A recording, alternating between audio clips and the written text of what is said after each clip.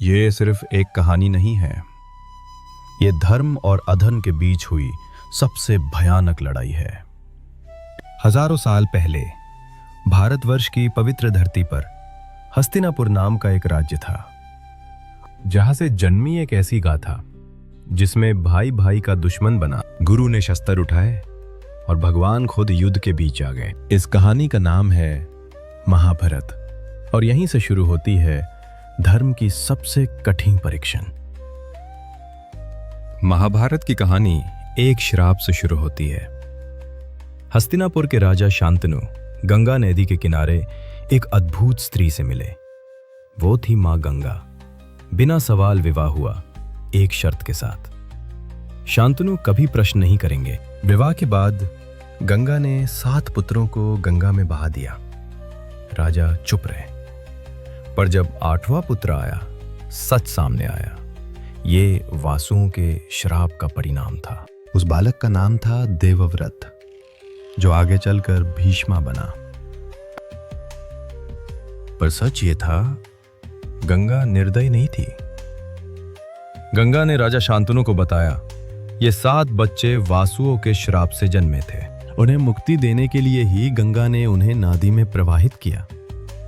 पर 8वां बच्चा श्राप से पूरी तरह बंधा हुआ था। उसका नाम था देवव्रत, जो आगे चलकर भीष्म कहलाया। भीष्म ने ऐसी प्रतिज्ञा ली जो इतिहास बन गई। इसे एक प्रतिज्ञा ने महाभारत का भविष्य बदल दिया। राजा शांतनु सत्यवती से प्रेम करते थे, पर राजगद्दी उनके पुत्रों को ही मिलनी थी।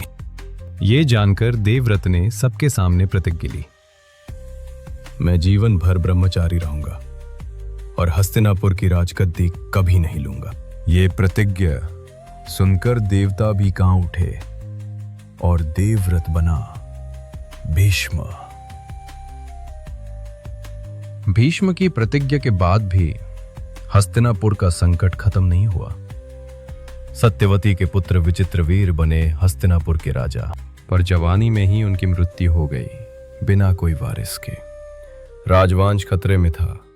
भीष्म प्रतिज्ञा के कारण शादी नहीं कर सकते थे।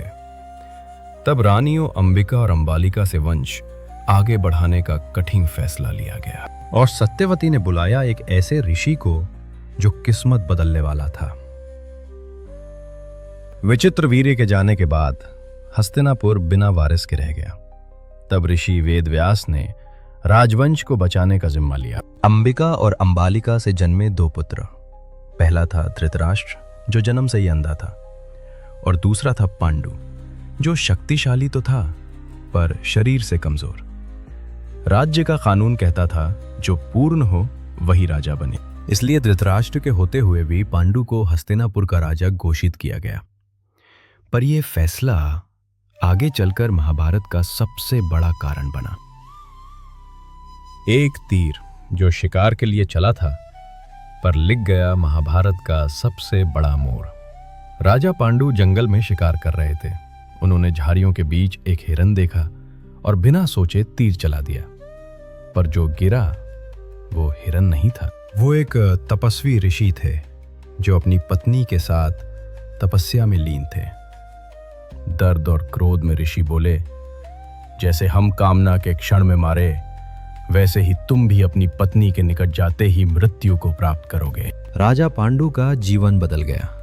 राज्य छोड़ा, वनवास चुना, पर भाग्य अभी भी लिखा जा रहा था। ये थी उस तीर की कहानी जहां से पांडव वंश की शुरुआत हुई।